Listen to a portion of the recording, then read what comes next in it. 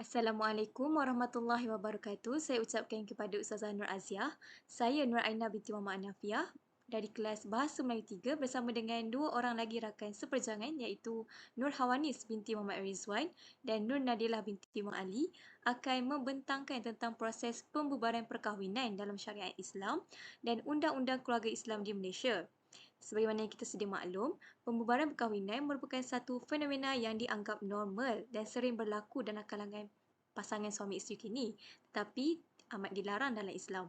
Apabila berlakunya pembubaran perkahwinan, maka terpisahlah pasangan suami isteri tersebut. Jadi, pembubaran perkahwinan ini boleh berlaku dalam pelbagai bentuk. Salah satunya ialah fasah. Terlebih dahulu saya akan menerangkan tentang konsep fasah. Fasah secara umumnya dapat difahami sebagai satu pembatalan akad atau perbuatan yang melepaskan ikatan perkahwinan antara pasangan suami dan isteri. Jadi di sini takrif fasah dari segi bahasa ialah batal ataupun bubar. Manakala dari segi istilah pula ialah di bawah Undang-Undang Keluarga Islam, fasah merujuk kepada pembubaran perkahwinan melalui perintah mahkamah antara seorang suami dengan isterinya atas sebab-sebab tertentu. Misalnya seperti berlakunya kecacatan dalam sesebuah perkahwinan itu. Takrif fasad ini juga diperuntukkan dalam Seksyen 2 Akta Undang-Undang Keluarga Islam Wilayah-Wilayah Persekutuan 1984 iaitu Akta 303. Fasah artinya pembubaran nikah disebabkan oleh sesuatu hal keadaan yang diharuskan oleh hukum syarak mengikut Seksyen 52.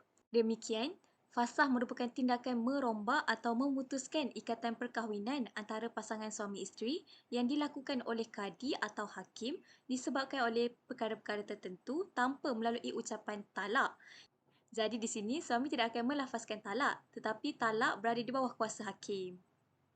Saya teruskan pula dengan dalil pengharusan fasah. Mengenai pengharusan fasah ini, sebenarnya tidak ada ayat-ayat Al-Quran yang menerangkan secara terperinci dan jelas berkenaan dengan fasah.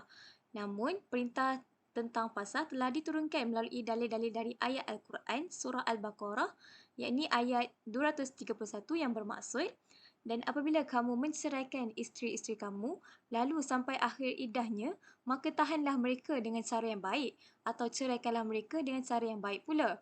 Dan janganlah kamu tahan mereka dengan maksud jahat untuk menzalimi mereka. Barang siapa yang melakukan sedemikian, maka dia telah menzalimi dirinya sendiri dan janganlah kamu menjadikan ayat-ayat Allah sebagai bahan ejekan. Ingatlah nikmat Allah kepada kamu dan apa yang telah diturunkan Allah kepada kamu, iaitu kitab Al-Quran dan hikmah sunnah untuk memberi pengajaran kepadamu. Dan bertakwalah kepada Allah dan ketahuilah bahawa Allah Maha mengetahui segala sesuatu. Ayat di atas sebenarnya menerangkan tentang keadaan suami yang gagal untuk memberikan nafkah kepada isterinya. Ayat ini juga ingin menyampaikan bahawa perbuatan seorang suami yang menyekat kebebasan seorang wanita iaitu isterinya merupakan perbuatan yang zalim kerana perbuatan tersebut boleh mendatangkan mudarat kepada para isteri dan sememangnya perkara ini adalah dilarang sekali dalam Islam. Oleh sebab itu, fasah diharuskan untuk keadaan seperti ini. Seterusnya ialah hukum fasah. Dalam konteks fasah ini, apabila satu perkahwinan itu lebih banyak mendatangkan kemudaratan, maka wajib dihilangkan mudarat itu daripada terus berlaku. Malahan, wajib hukumnya ke atas setiap Muslim untuk menghilangkan mudarat terhadap dirinya. Seandainya pasangan menemui jalan buntu, maka fasah adalah dibenarkan, yakni harus. Dalam konteks ini, hukum bagi fasah adalah harus yang mana meskipun penceraian itu merupakan sesuatu perkara yang dibenci oleh Allah, namun Allah Subhanahu Wa Taala telah menjadikan fasah sebagai salah satu cara untuk menyelesaikan permasalahan rumah tangga yang dialami oleh pasangan suami isteri yang tidak menemui jalan perdamaian selain daripada bercerai. Justeru, isteri diharuskan untuk meminta fasah bagi menjaga kemaslahatan kedua-dua belah pihak iaitu pihak suami dan isteri bagi mengelakkan daripada isteri itu berlaku nusyus dan juga bagi mengelakkan suami itu menanggung dosa yang banyak. Fasah juga adalah hak suami dan juga isteri. Perpisahan melalui cara fasah ini dikira talak ba'in sughra dan iddahnya ialah 3 kali suci haid. Talak ba'in sughra ini adalah talak di mana tidak boleh rujuk dan memerlukan akad yang baru untuk menikah semula. Selanjutnya, siapakah yang boleh memohon fasah? Di bawah Seksyen 52(1A) Akta 303, mana-mana pihak iaitu sama ada suami atau isteri boleh memohon fasah di mahkamah syariah yang mempunyai bidang kuasa. Seksyen 52(1)A adalah seperti berikut. Mana-mana orang yang berkahwin mengikut hukum syarak adalah berhak mendapatkan perintah bagi pembubaran perkahwinan atau fasakh atas alasan bahawa isteri menjadi tidak upaya yang menghalang persetubuhan. Jadi di sini bukan sahaja isteri yang layak untuk memohon fasakh, suami juga boleh. Sungguh pun begitu, secara asasnya seorang suami itu diberikan hak eksklusif untuk menceraikan isterinya melalui talak.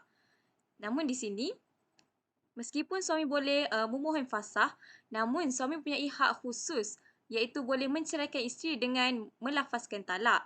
Oleh sebab itu, jarang sekali permohonan fasakh dilakukan oleh sang suami dan kebiasaannya fasakh akan dipohon oleh sang isteri. Seterusnya ialah perbezaan antara fasakh dan juga talak. Di sini saya sertakan pandangan ulama mengenai perbezaan antara fasakh dan juga talak ini. Ahli fiqh daripada golongan Hanafi telah membuat rumusan umum untuk membezakan pengertian di antara penceraian disebabkan talak dan juga penceraian yang disebabkan oleh fasakh. Iaitu, jika bercerainya suami isteri disebabkan kemahuan suami dan sama sekali tidak ada pengaruh daripada isteri dalam penceraian tersebut, maka ianya dikira sebagai penceraian talak. Jadi talak ini kuasa penuhnya terletak di bawah suami. Dan yang kedua, jika bercerainya suami isteri itu disebabkan kemahuan isteri dan bukan kerana kemahuan suami atau disebabkan kemahuan suami, tapi atas pengaruh isteri, maka perceraian itu dikira sebagai perceraian fasakh.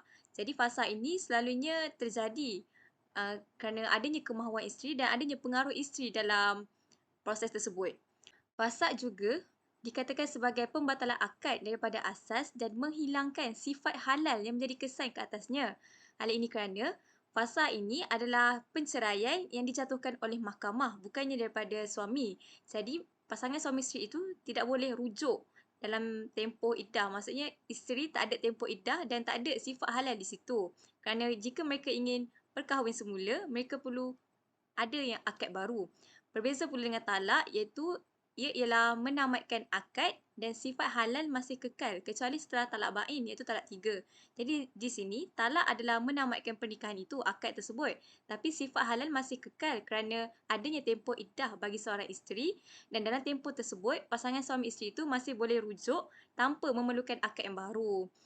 Fasakh tidak mengurangkan bilangan talak yang dimiliki oleh suami kerana suami tidak boleh rujuk dalam tempoh fasakh ini. Jadi bila pasangan suami isteri ini berkahwin, mereka memerlukan akad yang baru. Jadi bila dah berkahwin tu, suami ini masih mempunyai 3 kuasa talak. Berbeza dengan suami isteri yang bercerai menggunakan talak biasa.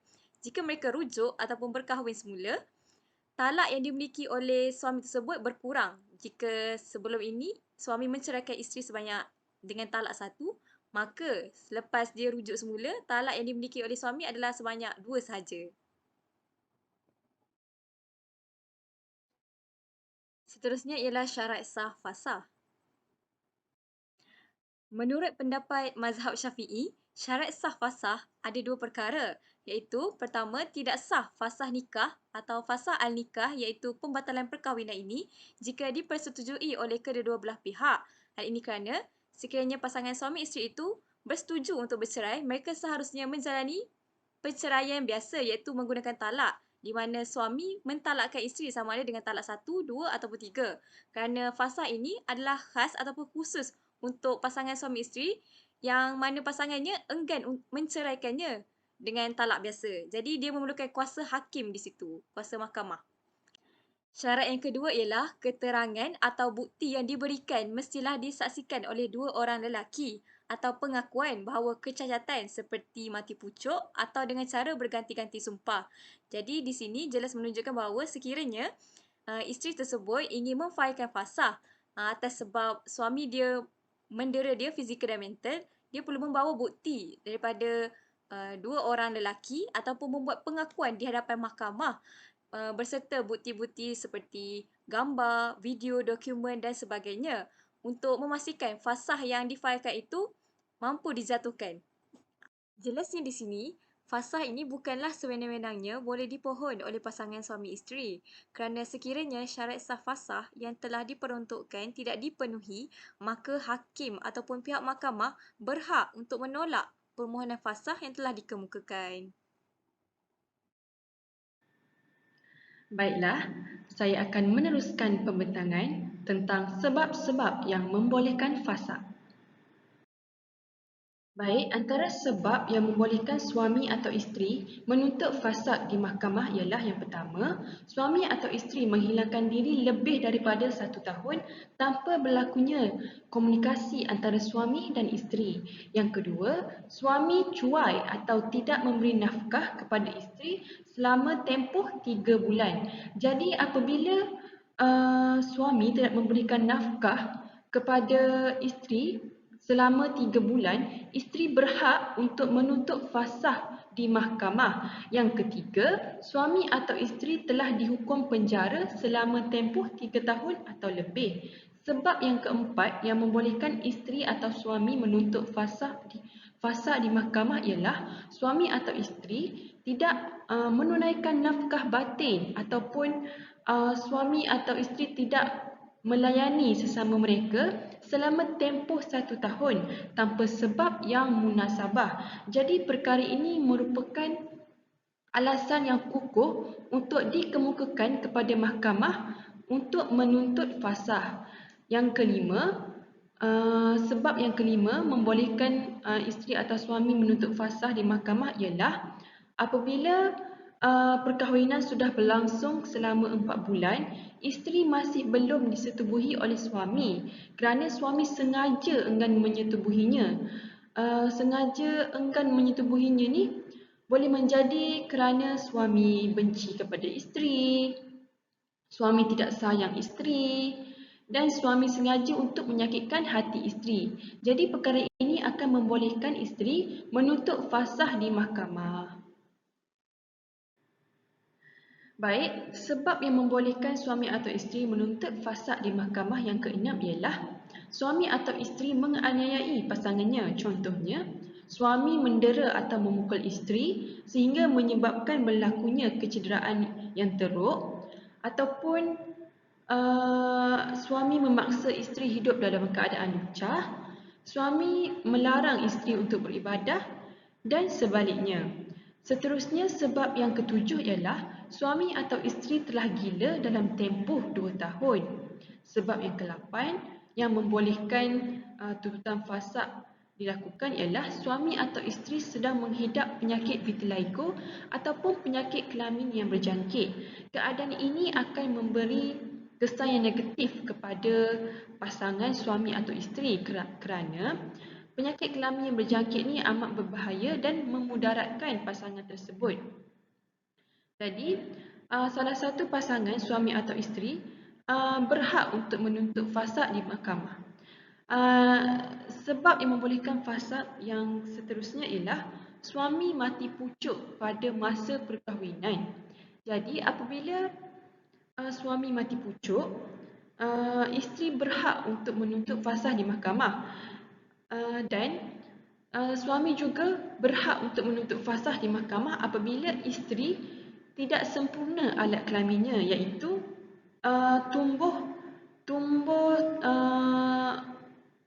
daging ataupun tulang yang menutup lubang faraj isteri. Maka apabila lubang faraj isteri tertutup, persetubuhan tidak akan dapat dilakukan. Jadi suami berhak untuk menuntut fasah di mahkamah. Sebab yang membolehkan fasad yang terakhir ialah apabila perempuan belum mencapai umur baligh dikahwinkan oleh wali mujibirnya menolak perkahwinan sebelum mencapai umur 18 tahun, tetapi dengan syarat perempuan tersebut mestilah belum disetubuhi oleh suaminya. Maka perempuan tersebut boleh mengusulkan isu ini kepada mahkamah dan menuntut fasah. Seterusnya, saya akan membincangkan tentang persoalan berkenaan dengan bolehkah isteri menuntut fasah jika suami berpoligami. Jawapannya, suami yang berkahwin lain atau berpoligami bukanlah menjadi satu alasan untuk isteri meminta cerai khususnya fasah di mahkamah, melainkan suami itu berlaku zalim terhadapnya seperti memukul, mendera dan sebagainya serta suami tidak berlaku adil dalam rumah tangga. Contohnya, melebihkan isteri yang lain sahaja sehingga kebajikan isteri terabai.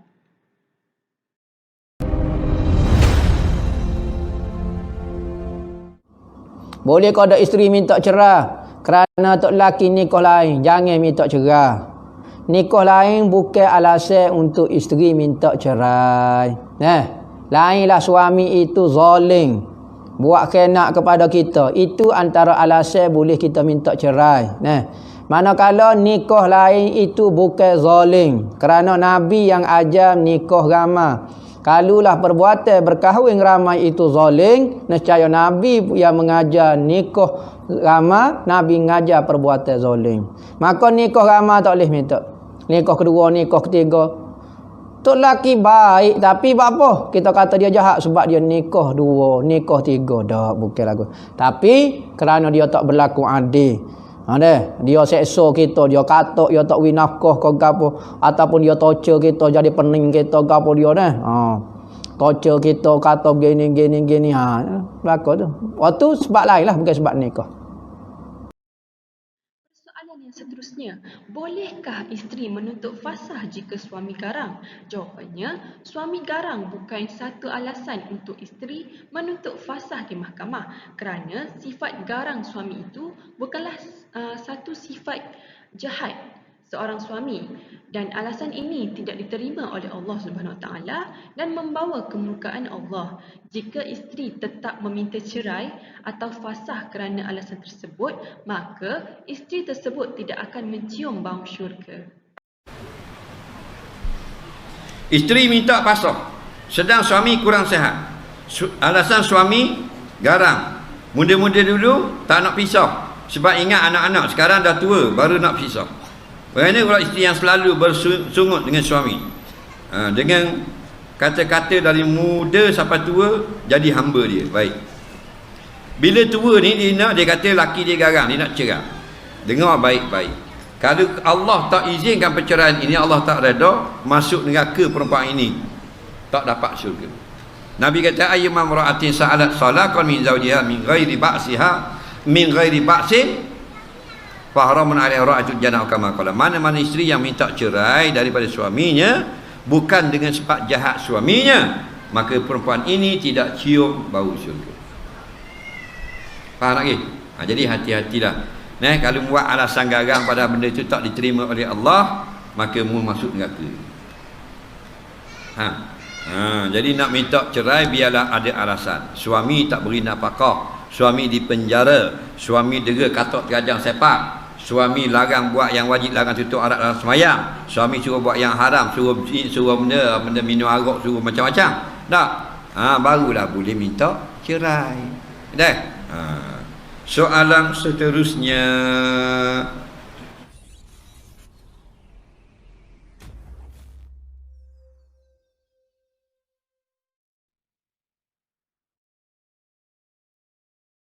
kita beralih pula kepada prosedur menuntut fasah.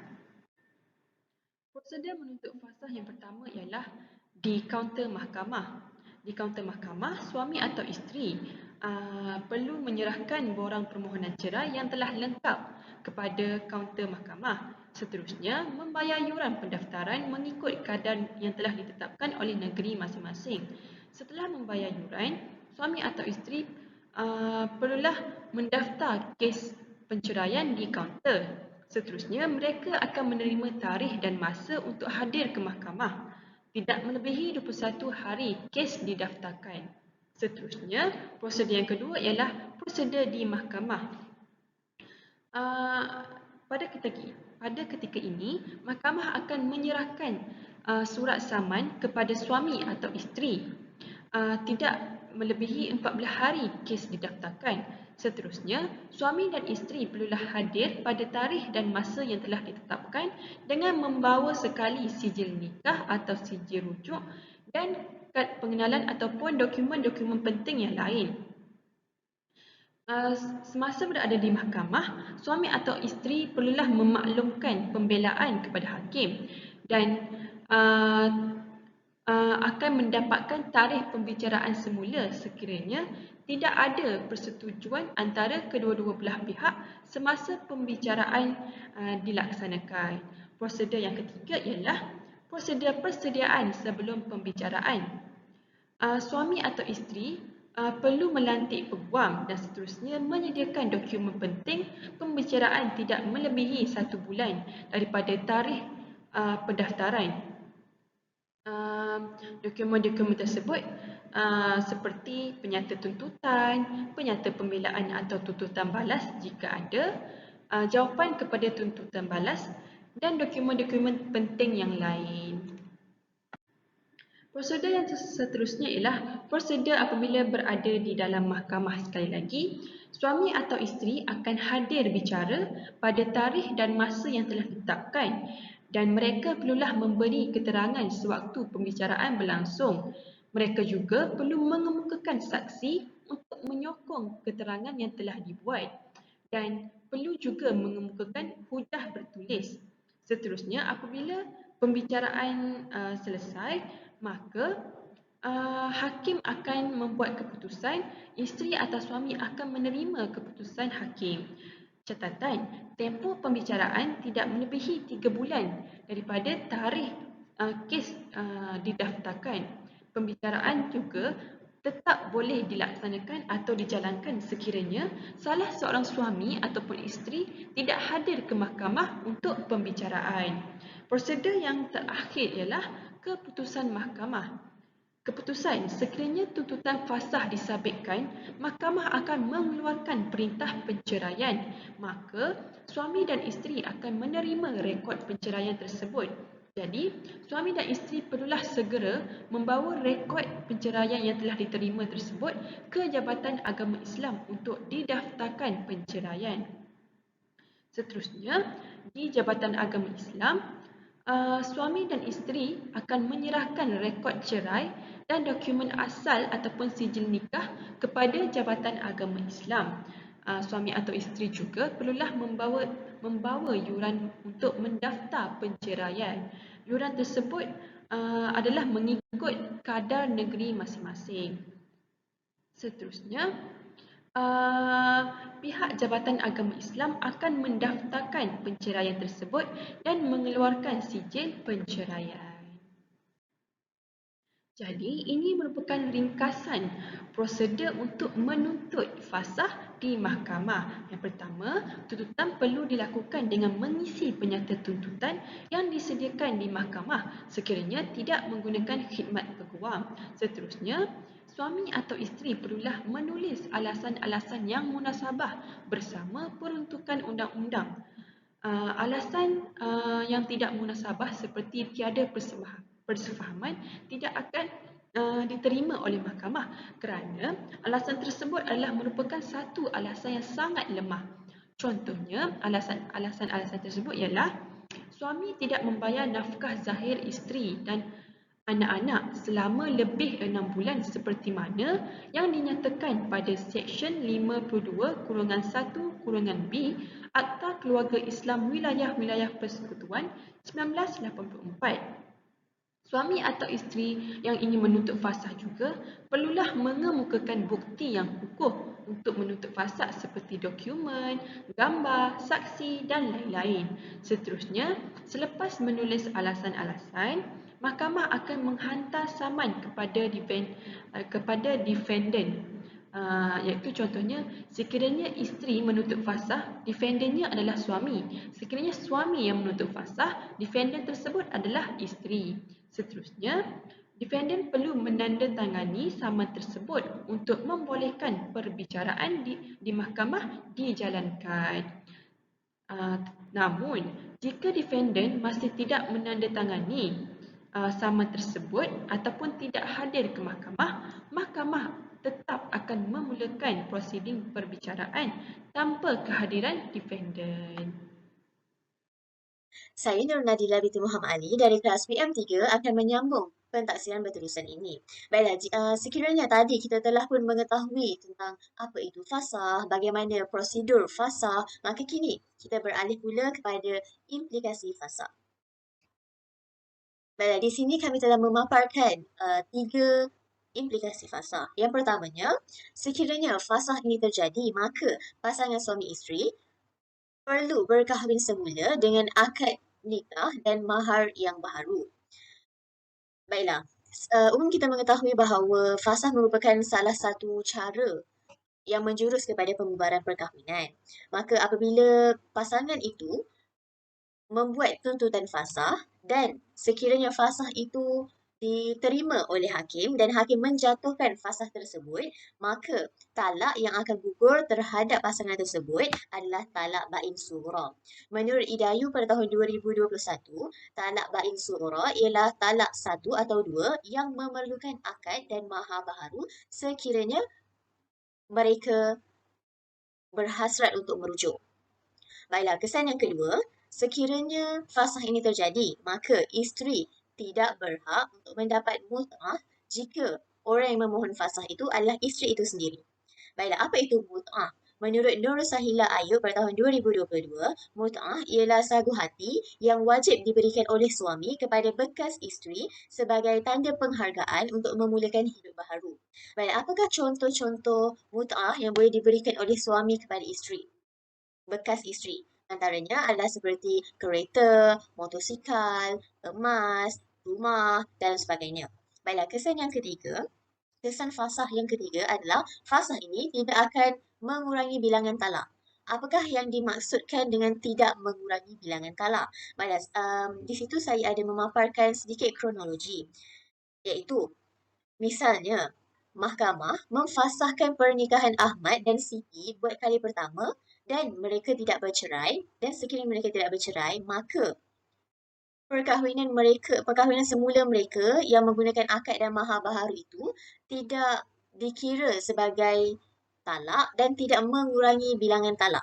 Ini bermakna apabila Ahmad dan Siti telah pun merujuk dan bernikah semula dengan akad dan mahar baharu, maka Ahmad masih lagi mempunyai bilangan talak yang sama iaitu 3 dan ianya tidak menguranginya walaupun telah berlaku tuntutan fasah. Baiklah, seterusnya kita beralih pula kepada kes atau isu yang berkaitan dengan fasah. Baiklah, berikut merupakan isu pertama yang berkait dengan fasah iaitu isu suami yang tidak memperuntukkan nafkah kepada isteri selama tempoh melebihi 3 bulan. Baiklah, ini telah dipetik daripada sebuah prosiding mahkamah yang menjalankan kes berkaitan fasah. Baiklah, kesnya adalah kes ini terjadi kepada seorang plaintiff yang telah menyatakan plaintiff yang merupakan seorang isteri. Beliau telah menyatakan bukti yang jelas dan kukuh kepada pihak mahkamah. Misalnya, beliau telah memberikan bukti bahawa suaminya tidak memberikan sebarang nafkah kepada beliau dan anak beliau. Maka dengan itu, beliau telah memfailkan fasah kepada pihak mahkamah. Namun demikian, ketidakhadiran defendant sepanjang prosiding perbicaraan telah menyebabkan dakwaan yang diberikan oleh isteri itu adalah benar.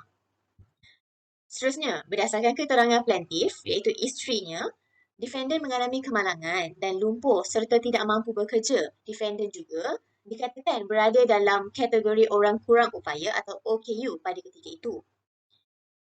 Oleh hal demikian, plaintiff merasakan dirinya itu tidak diberi nafkah oleh suaminya, tidak dijaga oleh suaminya dengan sebaiknya. Maka disebabkan itu, si isteri membuat keputusan untuk memfailkan fasah terhadap suaminya di mahkamah. Setelah perbicaraan berlangsung selama berbulan-bulan, maka keputusan dari pihak mahkamah juga telah muncul. Baiklah, antara keputusan yang diperoleh oleh plaintiff terhadap kesnya adalah mahkamah telah menyabitkan defendant iaitu suaminya cuai kerana tidak menjalankan tanggungjawab dan memberi nafkah kepada isteri dan anaknya. Dengan ini, mahkamah meluluskan permohonan plaintiff untuk memfasahkan pernikahannya di bawah Seksyen 53, Subseksyen 1, ceraian B, H, I dan L. Baiklah, berikutan isu yang telah dikemukakan ini, firman Allah Subhanahu Wa Taala dalam surah Al-Baqarah menyatakan bahawa maka bolehlah kamu pegang mereka, yakni rujuk, dengan baik atau lepaskan mereka dengan baik.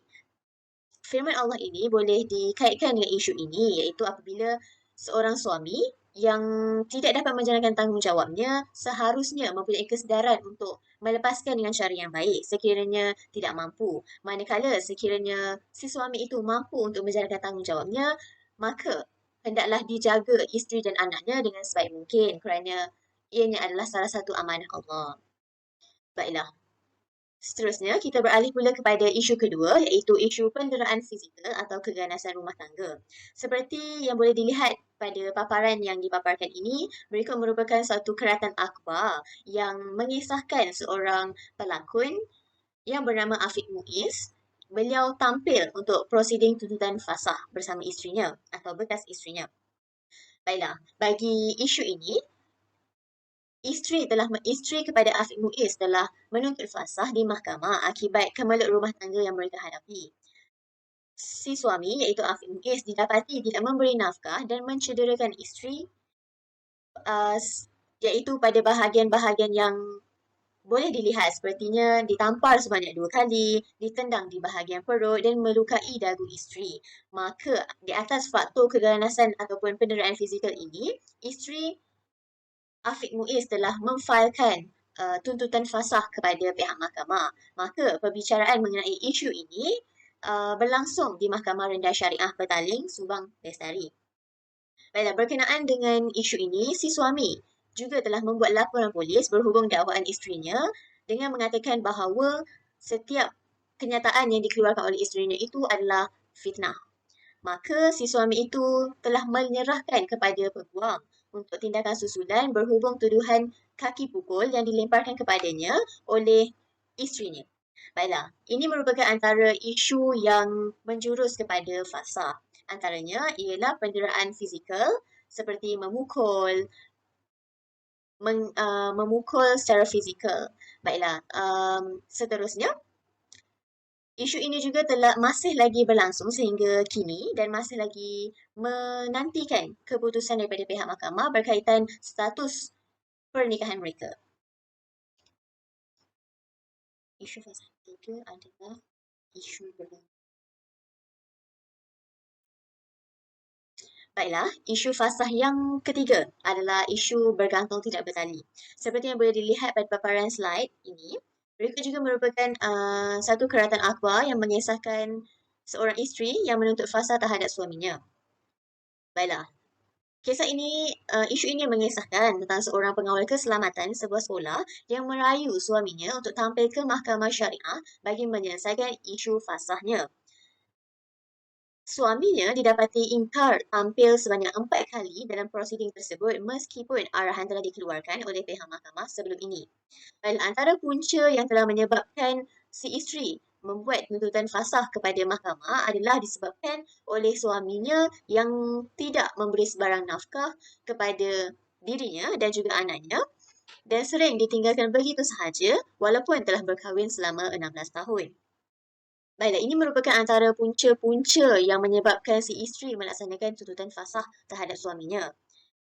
Kes ini masih lagi berada dalam proses perbicaraan memandangkan suaminya yang masih lagi tidak dapat dikenal pasti sehingga kini. Baiklah, secara ringkasnya, ketiga-tiga isu ini memaparkan bahawa antara penyebab utama kepada si isteri menuntut fasah terhadap suaminya adalah disebabkan oleh suami yang tidak bertanggungjawab dan disebabkan oleh suami yang tidak memberi nafkah yang secukupnya ataupun tidak memberi nafkah yang sewajarnya kepada isteri.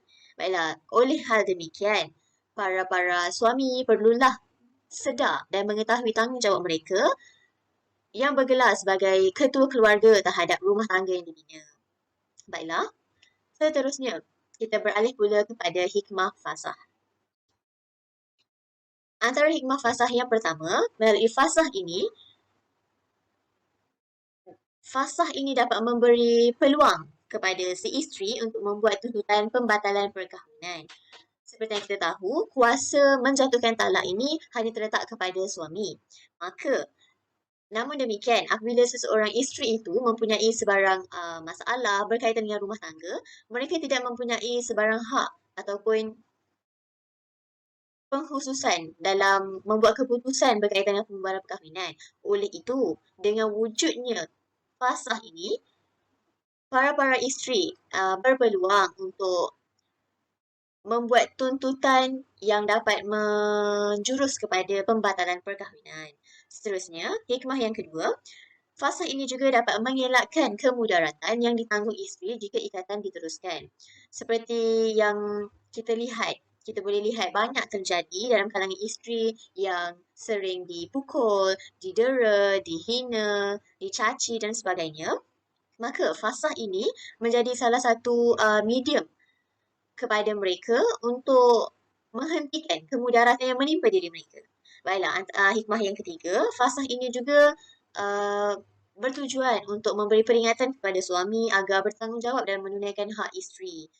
Para suami perlulah menjalankan tanggungjawabnya dalam memberi nafkah dalam semua aspek, sama ada dari segi makan minum, tempat tinggal, perlindungan dan sebagainya. Memandangkan suami ini merupakan ketua keluarga yang bertanggungjawab untuk menjaga amanah Allah, iaitu menjaga isteri dan anak-anak mereka. Dan hikmah yang terakhir, fasah juga boleh menghindarkan suasana yang tidak baik terhadap perkembangan fizikal dan mental isteri serta anak. Dengan fasah ini, si isteri dan juga anak boleh memilih haluan mereka yang lebih menenangkan, yang lebih menyenangkan mereka kerana mereka juga berhak untuk hidup dalam keadaan bahagia, aman dan harmoni. Baiklah, ini merupakan rujukan yang telah kami peroleh sepanjang kami melaksanakan pentadsiran berterusan ini. Baiklah, itu sahaja daripada kami. Sekian, terima kasih.